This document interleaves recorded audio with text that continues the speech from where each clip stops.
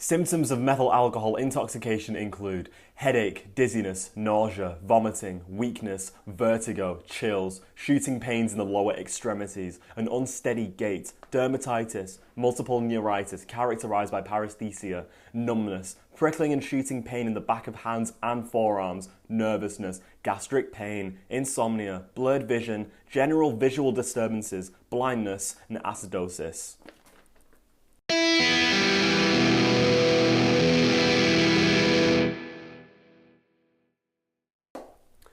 Printers, photocopiers and fax machines. These are all the different types of printing machines that descend from the printing press in Germany in the 1440s, which revolutionized the way that we humans communicate with each other. There is a machine, however, in this entire pantheon of printing machines that I would like to put a focus on, and that is the risograph machine. This is actually a real-life risograph machine. This is the one that I used for my comic book. It was very fun to use. I liked using the drums. I liked putting the drums in because it made me feel like in the one scene in Arcane with Jace. You know what I'm about. You know what I'm about.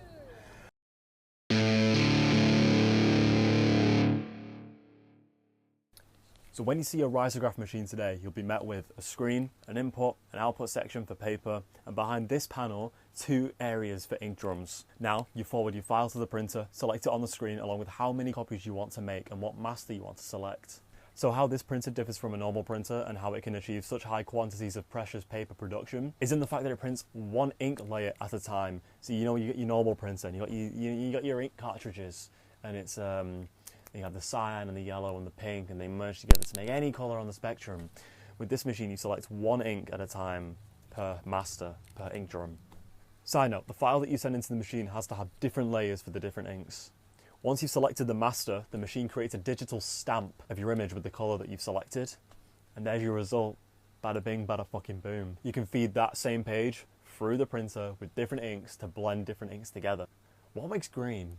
Oh my god, yeah, if you got your yellow and your blue, you feed it through, you get your green. I fucking loved the process of printing with this machine. It's so satisfying getting the big drums. And so now we know how the machine operates, but I hear you asking, dear viewer, how did it work over 150 years ago?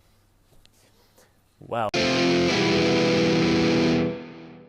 before the risograph, there was the mimeograph. Being an evolution of regular stencils, the mimeograph aims to automate the process, whereas instead of using single sheets to print stuff onto paper, it would use rollers to automate the process, to make less of a laborious exercise. The machine was physical. It didn't have a screen that you would read a file of to import the image into, but rather you would have to physically make the stencil with like a special stylus or even a typewriter. You'd have to type it up. Once you slotted your stencil into the mimeograph machine, you would have to turn a crank continuously. Or if you had an electric one, you'd let it run automatically. Then you're ready for some amateur publishing in the 60s.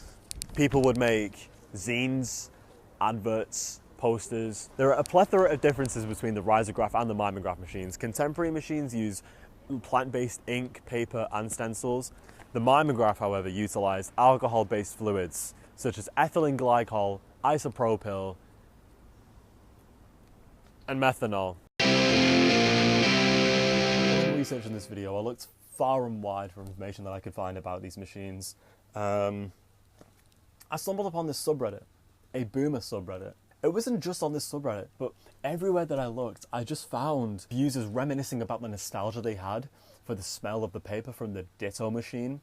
I soon learned that Ditto machine was a colloquialism used by the people raised in this generation where mimeographs were readily available in schools and offices. But yeah, what they all refer to in these chains and in these comments about mimeograph machines and these things that they look back on fondly is the smell of the paper. After searching for a while, I found out that the smell derived from the fluids that were used in these machines. The main one being methanol.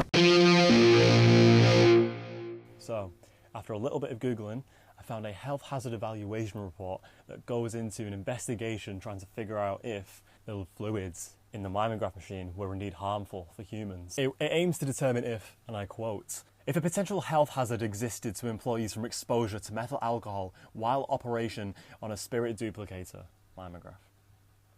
I won't cover the entire document.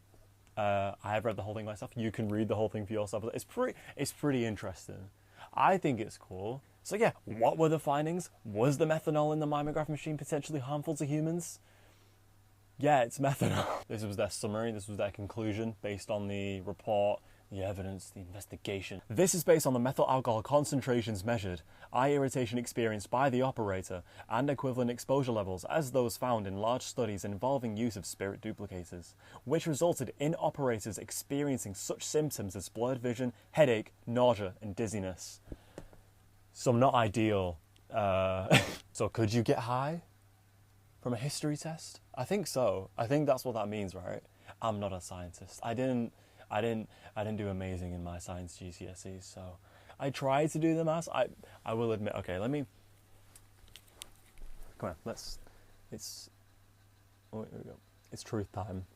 I asked ChatGPT to try to calculate how many particulates of methanol it would take for you to ingest, for you to get high.